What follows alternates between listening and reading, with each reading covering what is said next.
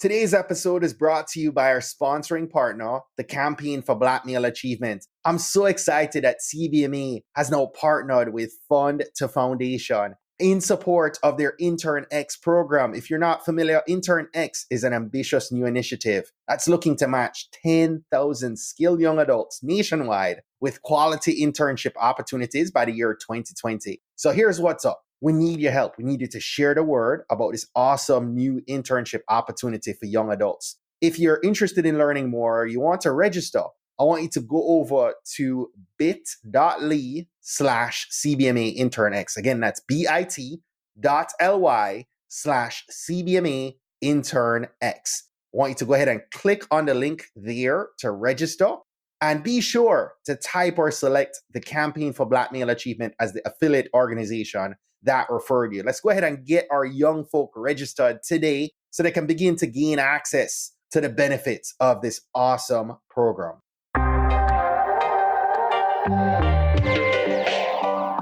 You're listening to the Trailblazers.fm podcast, where we'll explore the stories of today's successful Black professionals, entrepreneurs, and leaders. Join us to access the knowledge, resources, and tools of these accomplished professionals and come away with the know-how, confidence, and motivation you'll need to blaze your trail. And now, here's your host, Stephen A. Hart.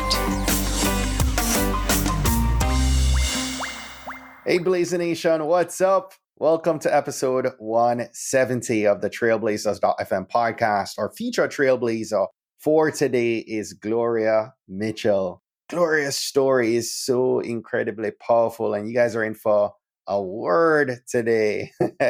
Gloria actually this is an amazing story. She went from being homeless to coaching multimillionaires. And along her journey, she overcame so much. She had a difficult upbringing, an illness that left her short-term memory in the bottom 1 percentile. She battled homelessness, as I mentioned, once even having to resort to sleeping in a Walmart dressing room.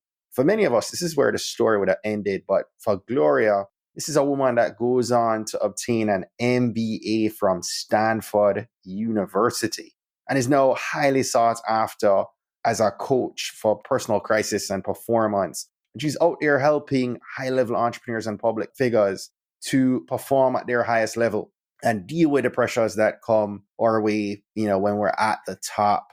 This is a woman that spent over 15 years studying human resiliency, and you're just in for a treat. I know you're going to enjoy today's episode. Please do me a favor and share it up with your family, your friends, and your colleagues, and someone you think that might be impacted by this particular episode here today. Before we dive in, I want to give a shout out to Apple ID MadFaith106. They left me a review and rating over on Apple Podcasts. Big ups for the 5-star rating. The review actually read, "First time listening to your podcast. I've subscribed and look forward to following, sharing, and supporting. I thoroughly enjoyed the T. Dallas Smith podcast." Listen up, MadFaith106. Big ups. Appreciate you. Thank you so much for subscribing, for sharing, and most definitely for listening. Listen up, Blazer Nation. I want to be, I tell you guys all the time, I want to be doing shout outs every single episode, bigging up our Blazer Nation community. So be sure, if you've not yet done so, rate, review, and subscribe to Trailblazers.fm over on Apple Podcasts or wherever you listen to podcasts. For those of you who are listening at home or at work, maybe you prefer the web experience and being able to listen to an episode online versus an app.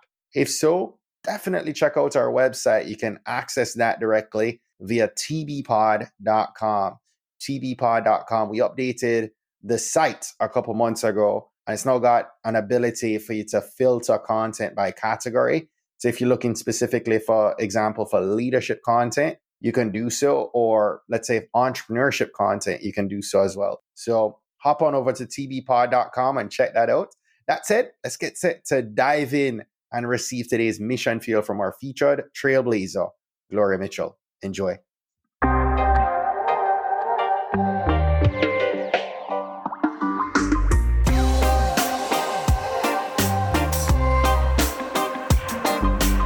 Gloria, welcome to Trailblazers.fm. It's great to be here. I am so excited to talk with you today. But we start every conversation off from a place of gratitude, as you know. So I want to pick your brain about an unexpected blessing that you're grateful for right now. An unexpected blessing would actually be having this conversation. Really, I was thinking about this yesterday. I think so often we forget that 20 or 30 years ago, we wouldn't have been able to connect. We wouldn't have Yes. been able to have this conversation. So I'm just grateful for the conversation and look forward to, what's coming up. That's so interesting you said that because we got connected through Amanda, right? Mm-hmm. And that it's amazing how technology has connected us and provided us these kind of mediums to be able to come together around a common thread. And it's amazing, especially being podcasters, how we're able to connect with people in different countries and different occupations and industries. And it's just amazing. It's a great point. Let me ask you, as I was reading a little bit about you, I couldn't pinpoint exactly where you're from. I'm originally from Texas. I remember being in college and helping a buddy of mine move. He's in the Marine Corps and moved from Florida to California. We drove him cross country. Yes. And Texas was like a 24-hour drive. I never realized how big the state really was. It was amazing. Yes, it's very big and flat. Yes. Laura, what was your childhood like growing up in Texas? Actually, my childhood was very, very challenging, to say the least. Unfortunately, I grew up in a very abusive home, emotionally and physically. And that's really how I began the homeless journey. If you want, we can get into that right now. That's fine.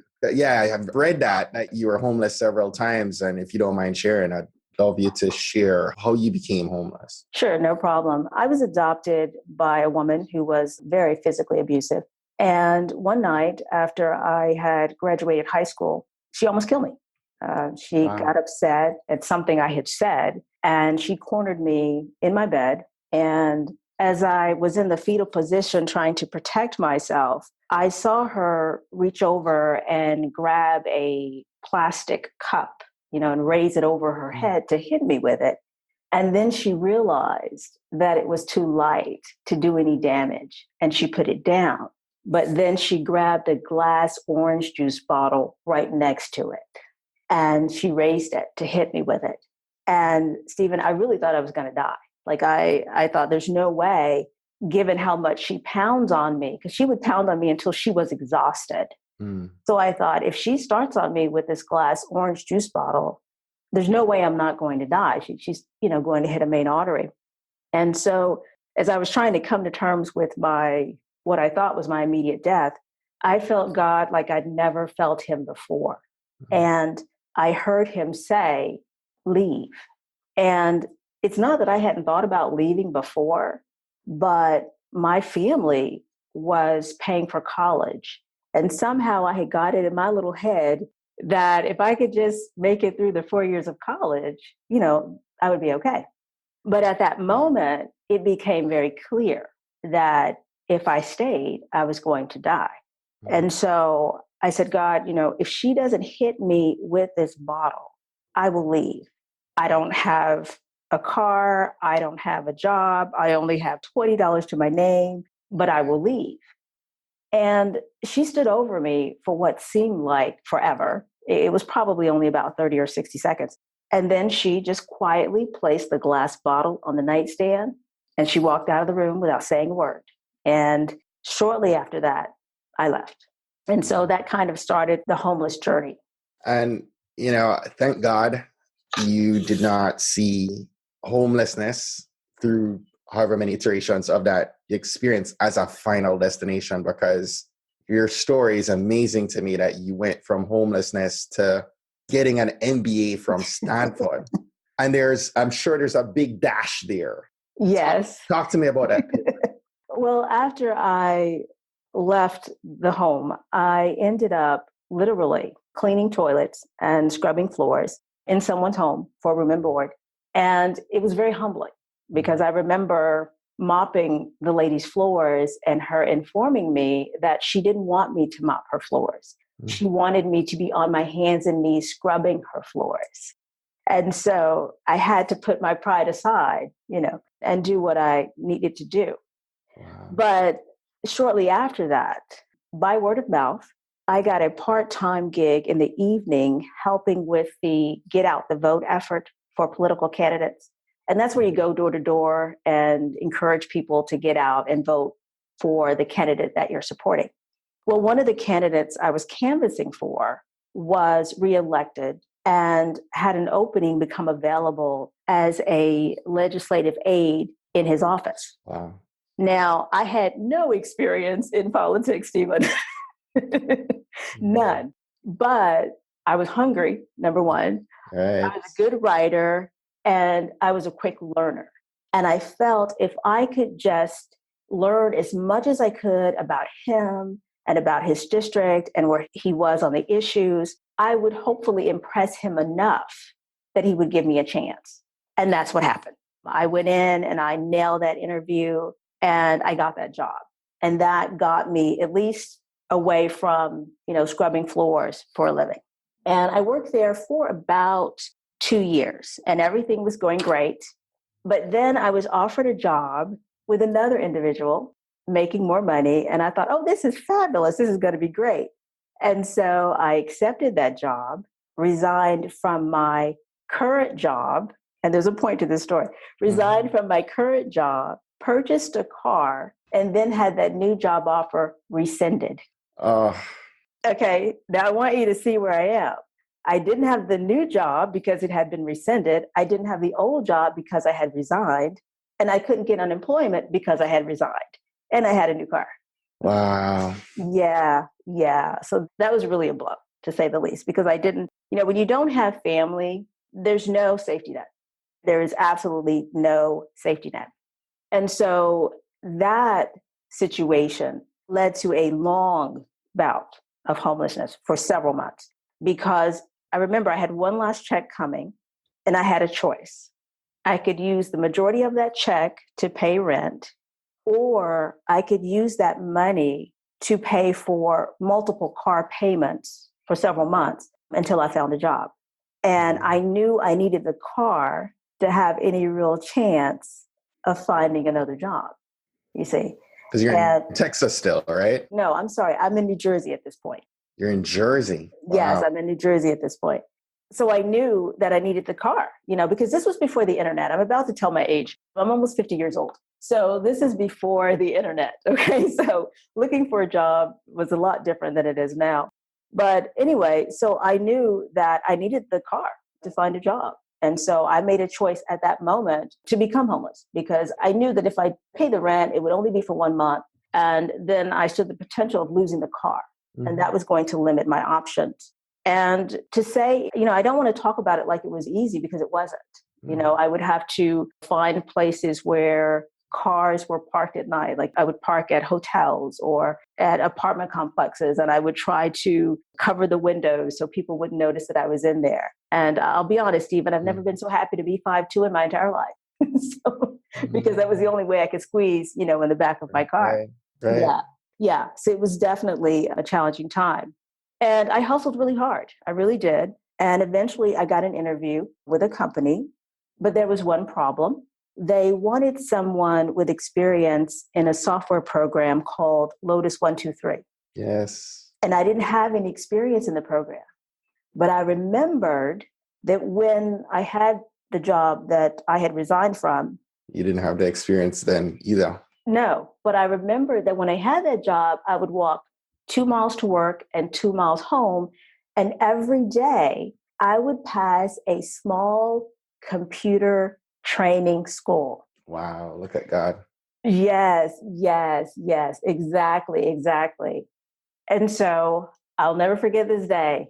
I went to the school, I asked to speak to the owner, and I looked her dead in her face and I said, "Hi, I'm Gloria Mitchell. I'm homeless. I'm sleeping in my car. I have an interview in 3 days. I really need to know Lotus 123. Can you teach me everything you can about Lotus 123 in 2 hours? And I'll pay you as much as I can." I don't know if she said yes because she was just surprised that I had that much chutzpah to say that, or if she just had pity on me. But she said yes. And that evening, she worked with me for 2 hours. She taught me as much as she could. And I went into the interview, nailed the testing, and got the job. Wow. Yes. Now, what's interesting, And now this is God. I really want your listeners to understand what happened. What's interesting is not only did I get a 30% increase from my previous salary, okay, but one of the company's benefits was them paying for their employees to go back to school at night. Wow. Now, remember, that was what I gave up when I left my abusive home. Right. Yeah. Isn't that amazing? Isn't that God working? Yes. Yes. So because I was willing to have faith and humble myself, God did some amazing things. He really did. And you share that. I mean, it's, as you said, there's so much valley in that middle between you leaving that home where you thought, you wouldn't finish school, being able to get to this point where you were able to. Yes. And then when I say they paid for school, books, parking, everything. All I had to do was show up. Yes. And it was such a blessing. Amazing. That is amazing. So this was still undergrad? Yes, it was still undergrad. Now, as for how I ended up at Stanford, shortly after I got the job, I was actually still homeless for a while because it was one of those jobs where you got paid once a month and the months can be very long. And it took me a while to save up, first month's rent, 1 month security and all of that. But one weekend I was passing time and I was in a Barnes and Noble and I ran across a book about the top MBA programs. And I read about Stanford's business school and it sounded perfect for me. I mean, anyone who knows me knows I am a proud nerd. So I scribbled down the address. I am. So I scribbled down the address on a sheet of paper and requested they send me an application. And I had it sent to my P.O. box at the time because, of course, I didn't have a home. Right. And I got the application, took a look at it, and wrote this very, very detailed 5-year plan for how I was going to get from where I was, which was working full time, going to school at night and sleeping in my car, to Stanford. And when I say very detailed, it was like by year, then the immediate year was by month, and the immediate month was by week, and the immediate week was by day. It was very my gosh. detailed. Yes.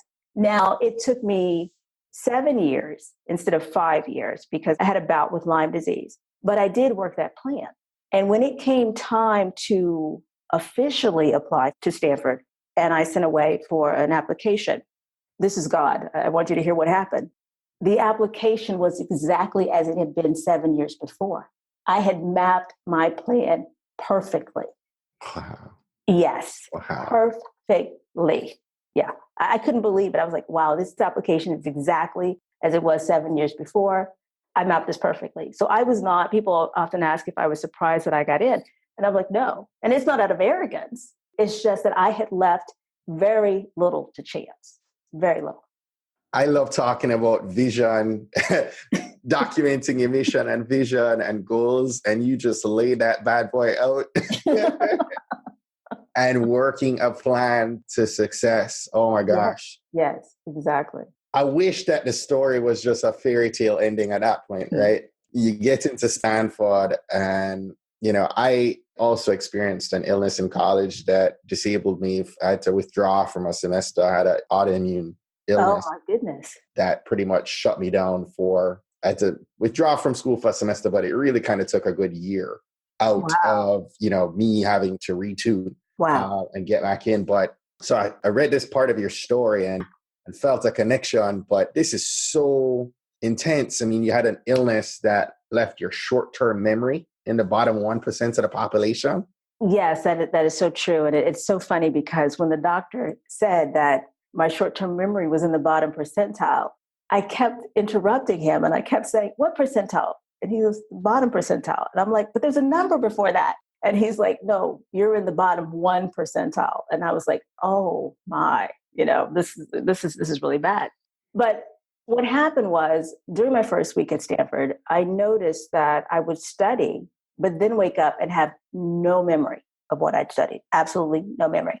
And at first I thought it was my nerves, but then it kept happening.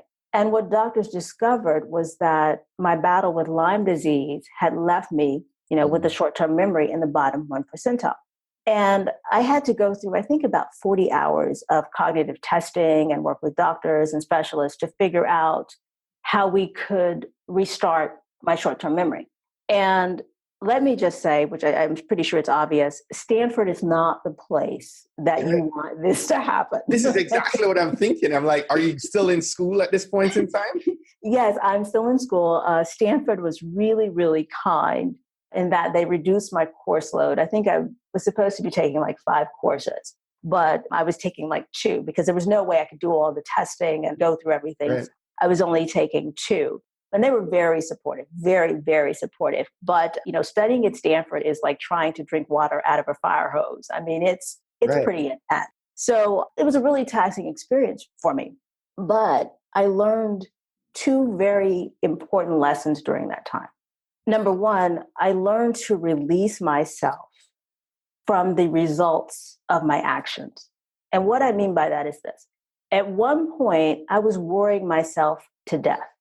Worrying if I would be able to stay at Stanford, worrying would I be able to support myself, worrying if I would even be able to work at McDonald's because I said I wouldn't remember the order, they would say what they wanted and I would have no memory of it. Right. And I remember being in my kitchen and I just stopped myself and I said, Gloria, you are only in control of you. You're only in control of going to the appointments. You're only in control of doing the exercises, taking the meds, doing the work. You are not in control of what happens after that. So do all that is within your control, but release what is not in your control. Stephen, worrying is human. It means you care about something. But worry is wasteful because worry takes energy, but gives you nothing in return, absolutely nothing. So when you worry, you are throwing energy away. If you cry, you might have a physical release and that does help you, but worrying serves no purpose. So at that moment, when I told myself that I was only in control of what I did and not what happened after that, I learned to redirect the energy I was giving to worry to helping myself. And so I always suggest to people that if you find yourself worrying, do your best to stop yourself and recognize what you're doing and do your best to redirect that energy toward something that can help you, and that could be something that brings you closer to solving the problem you're worried about. But it could also be something like working out or working on something else that will enrich your life, but do something productive with that energy and do your best, not to worry. Boy, Gloria, I have to stop you right there. There are 2 of my favorite Bible verses that you speak to. As I'm listening to you talk, I'm thinking of Philippians 4:6 that says, don't worry about anything, pray about everything. Yes. But if you are not like God just speaking through Jeremiah 29:11, right? Right. I've gone through a pretty dark valley that Blaze Nation has heard me share many times. But, as you talk about these valleys that you've experienced and had to overcome. Right. And for those that have never read Jeremiah 29, it tells you that God says, I know the plans I have for you. Right. Your plans for good and not for disaster and to give you a hope and a future, right? Right. Listen. No, you're right. You're right. And that it's so funny because if I may, I do want to share the second thing that I learned from having the short-term memory challenge. Please. The second thing I learned, and this, I know you can relate. I know now that you've shared some of your story with me, you can relate to this. I learned from battling the 1% short-term memory problem that you do yourself a disservice when you make assumptions about who you can learn from. And I want to share this story with your listeners. At one point when I was going through my battle, a woman who was working with me to help me suggested I speak with another student at Stanford named Michael. And when I asked why, she said, well, you just need to meet him. And I remember snapping back really quickly, listen, I'm just trying to stay here, just trying to see if I can stay here. I really don't have time for socializing. And she said, just trust me. So I emailed this Michael and set up a time for us to meet. And when I walked into the student area to meet him, I quickly realized that he was blind because he had a walking stick. Wow. And I remember thinking, God, I'm sorry he is blind, but he can't relate to what I'm dealing with. I came to Stanford with what I thought was one brain, and now I feel like my brain has betrayed me. And I'm just trying to figure out if I can stay here. I really don't have time for this. But I went over and walked over and introduced myself. And he introduced himself. And then he told me his story. You see, Stephen, he came to Stanford as a freshman with 20/20 vision. No way. And went blind his first semester. Oh my God. Yes. And he shared with me his story, how he dealt with the shock, how he was able to come to terms with it, and how he was not only able to come back to Stanford, after learning to live in the world as a blind person, but by the time I spoke with him, he had not only gotten his bachelor's, but was working on his master's. Wow. Now imagine, here I was making all these assumptions. Mm-hmm. God was trying to bless me, direct me to this person to say, hey, you can come out on the other side. But I was all like, why am I meeting him? I don't have time for this, That's it. That's that hope. Right. That's the hope right there, right? Right, exactly. That's the hope right there. Oh my gosh, what a story. Yes, and here I was making all these assumptions, and he knew exactly what it was like to come to Stanford, only to feel like your body had betrayed you. He knew exactly, and I don't know where he is now, but I feel so blessed, that God allowed me to meet him. Absolutely. So exactly. So although the battle with the 1% short-term memory problem was very difficult, I wouldn't go back and change it because of the wisdom that I gained, from the experience. So just like Michael was able to pour into you, let's talk about just this element, the mental, right? Because there's a lot of mental game that you've had to navigate your way through, right? You had to, as we're talking, you had to overcome this abusive woman that adopted you. You had to overcome homelessness multiple times. You had to overcome job loss and this illness. Let's talk about, and don't forget the time I had to sleep in a Walmart dressing room. We can't forget that. Girl. Wow. Oh, Lord, the Lord has been kind. He has been kind. So share with Blazer Nation for a bit, maybe some strategies or techniques that we can employ to help our mental game, right? To help us stay positive when you're in that darkest of valleys. Right, exactly. I spent a lot of time studying other people, and then I've also spent a lot of time going back and thinking about, what really helped me.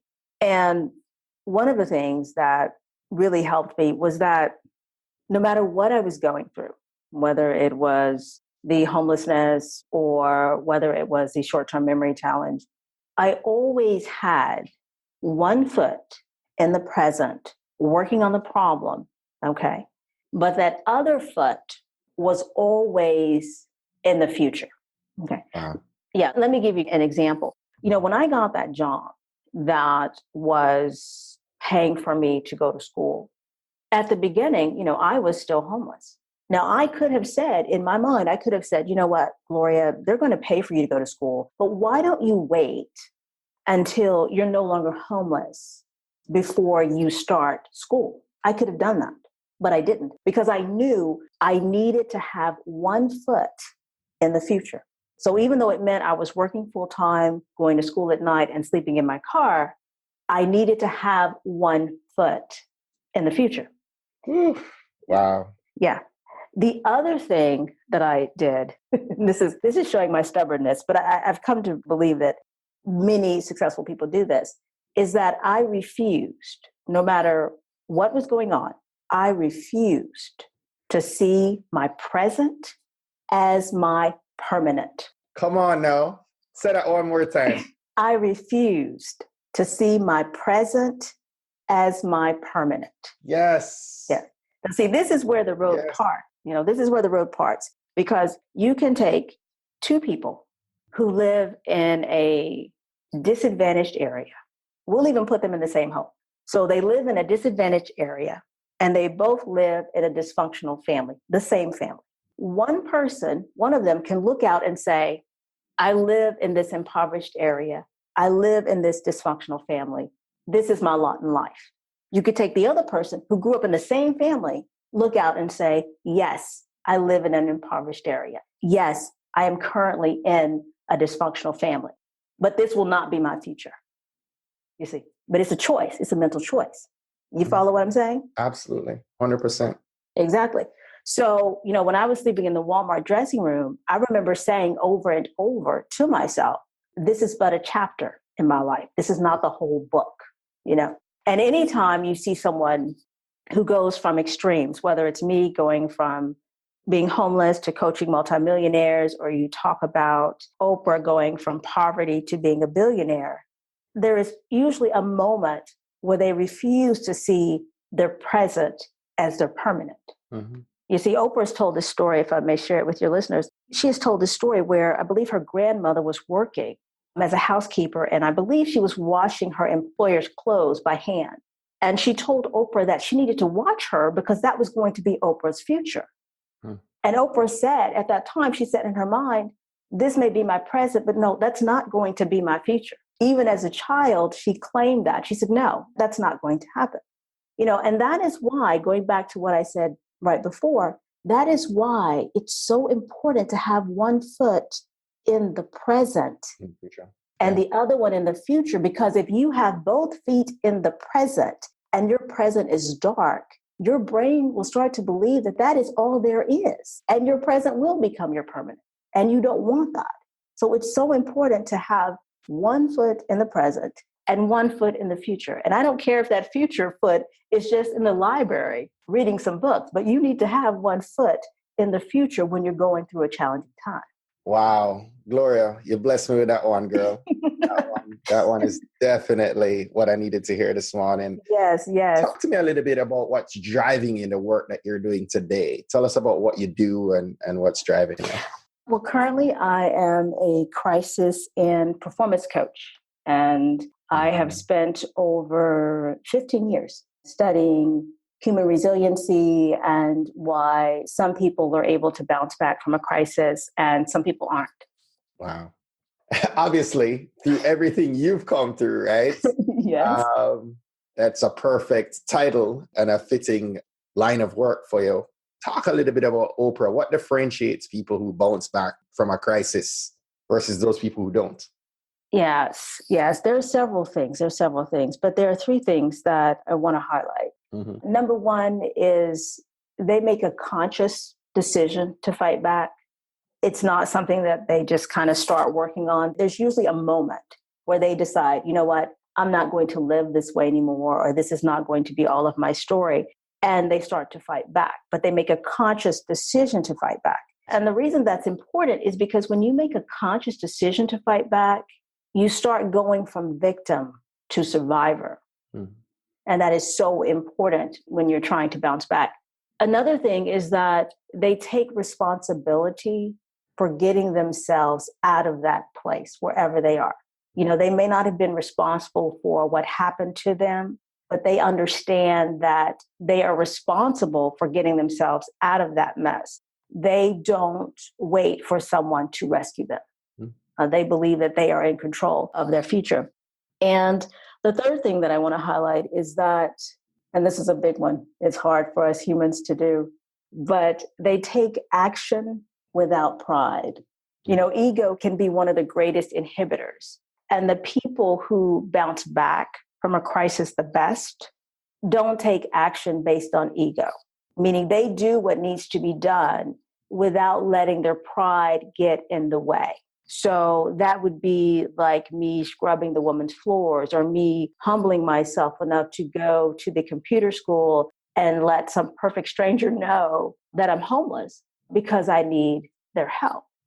People think pride will help them get to the top, and it will. Okay. But if you're not careful, your pride, your worry about how things might be perceived or what people might think, might also keep you at the bottom. Right. As well. Yeah, exactly.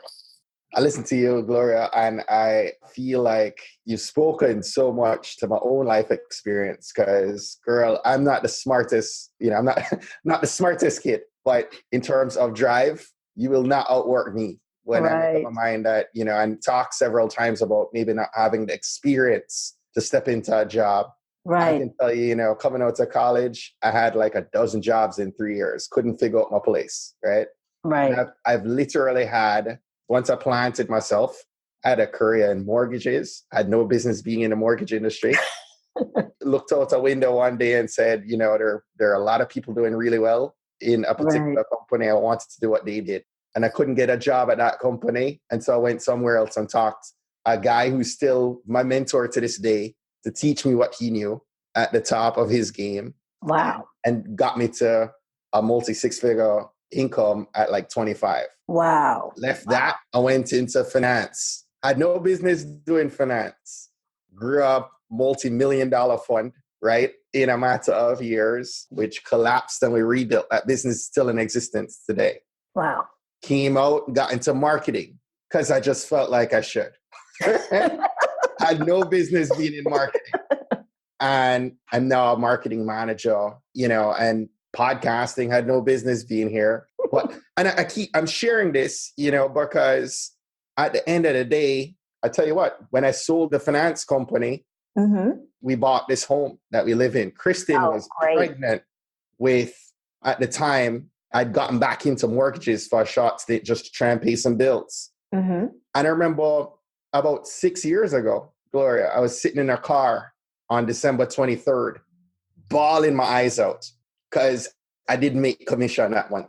Wow. And I'm sitting in the car like, I have no money to contribute to daycare or a mortgage payment or whatever, right? And I was just like, you know what? I'd been teaching myself marketing for several years as a passion play because it just interested me. And I literally made a decision in that car, sitting in a 2005 Honda Pilot in a parking lot right here in Maryland. Right. And I said, this will never happen to me another Christmas again. Right. And within 3 weeks, I had a job that I'm now leaving to go somewhere else. Wow. I've been there for 5.5 years. Wow. Yeah. But you just have to make up your mind at the end of the day, right? That, as you said, you have one foot in the present, but you have to kind of just take the stand and not make an excuse and not think. I hear too often people say, well, I don't have the experience or don't have. Right, exactly. You just have to make up your mind. Right. It's a mindset play, right? That you are going to take that step. Like whatever it takes, remove the pride. Go step in that store and a computer store and say, hey, you know what? I need this. Right, exactly. To move to my next, whatever it is, take that step forward. Right, exactly. That's an amazing, you've been blessing my soul, girl. This is well, God has been blessing me. So. And the struggle continues, right? It doesn't mean that we're at the top of this mountain top and there's no more valleys, right? Right, exactly. But I think once you understand that, life is a series of the ebbs and flows, and we're going to have valleys, we're going to have peaks, and having that ability to step into it, whatever it is, and look at the positive and push ahead. I think you begin to have some of what the Oprahs experience. Because I always say, look, Oprah have the same 24 hours we do. Right. And she have to put on her pants the same way we do. At the end of the day, you just have to get out and take that next step. Right. Exactly. Listen, we'll have to start wrapping up here, but sure, no problem. Resources wise, I feel like I could just keep talking. That's all right. No. Talk to us about some resources. What are some books that we should be adding to our summer queue? One of the books I would recommend is a book called Risking by David Viscott. Risking. And I want to say two things. Number one, it's a great book for anyone who has a hard time taking risks, which is probably almost everyone. But it's really a book that helps you get more comfortable taking risk in your life. I will say that the book is out of print, but you can usually find it on eBay for $5 or $10, but it's an excellent book. And the second book, if I may recommend one more, is The Magic of Thinking Big by David Schwartz. It's a great book for people who have a hard time making big goals, but also a great book if you have big goals, but sometimes have a hard time believing you can make them happen. Gloria, I want to stop you right here. You told me a story about Dr. George Fraser. Bring me back to that. Share that with me real quick. Yeah, sure. Many years ago, when I believe I was working as the legislative aide, and I was renting a basement complete with cement floors, unfinished cement floors and spackled walls, I read that Dr. Fraser had come out with a book called Success Runs in Our Race.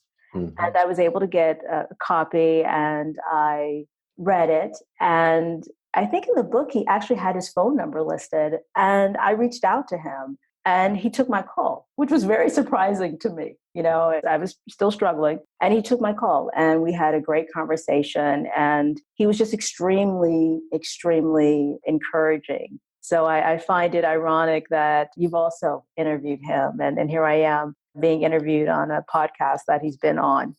Yes. Dr. Frazier was a guest back on our first Wealth series on episode 105, I believe, Closing the Wealth Gap. Powerful episode. Right. Encourage our listeners to check that out. Really amazing guy. Straight shooter. We heard him talk. Worth checking out. Listen, last question for you as we wrap up here. What's one action that our Blazer Nation should take this week that's going to help them to blaze their trail? Sure. The recommendation I would make, and it's something that I do every morning, I spend an hour on it, but I would recommend doing it for at least 10 minutes. And that is that first thing in the morning, work on strengthening your mindset. Yes. Even if it is just 10 minutes every morning, you might not notice the difference at first, but after a couple of weeks, you will definitely see a difference in how you flow through your day. See and feel. Yeah, absolutely. Love that. Yes. Gloria, tell us how we can stay connected to you and we can wrap up for today. Sure. The best way on social media is actually on LinkedIn. You can find me there at Gloria Mitchell. And if you're interested in finding more about the work that I do, you can head over to my website, which is at gloriamitchell.com. Love it. Gloria, you've blessed my soul. Thank you. It's been a blessing. Part of our community. I know you're part of the family. So thank you. Absolutely keep connected. Thank you so much. Okay. I'm Steve Nehart, and you've been listening to the Trailblazers.fm podcast. If you're not yet doing so, consider following Trailblazers.fm on Twitter, Instagram, and Facebook, and feel free to connect with me over on LinkedIn. Whenever you're posting stories or social media posts about Trailblazers.fm, be sure to use the hashtag TBPod and hashtag Mission Fuel. We'll be able to see you, and I'll be able to show some love. And in case you're not aware, our show notes for all our episodes can be found on our website over at tbpod.com. Now, if today was your first time listening, I just want to say big ups and enough respect for checking us out. You've made this Jamaican guy really happy that you're here with us today. And I'd love your help with keeping this Black excellence flowing each and every week. So if you haven't yet subscribed, hop on over to Apple Podcasts, Spotify, or wherever you listen to podcasts. Search Trailblazers.fm and subscribe, rate, and review us there. Be sure to browse through some of our past episodes. There are more than 150 published episodes now, and a little something is out there for everyone to help keep the knowledge flowing. We grow when you, as part of our Blazer Nation community, shares and invites your friends and family to listen to an episode you think might impact them most. We believe that someone listening to these inspiring stories are going to be moved to make significant changes that have generational impact for many others, both now and well into the future. Don't miss next week's episode. New episodes are released each and every Monday morning at 5 a.m. Eastern. Blazer Nation, go out today and find a way to rise above, go way beyond, and keep blazing your trail.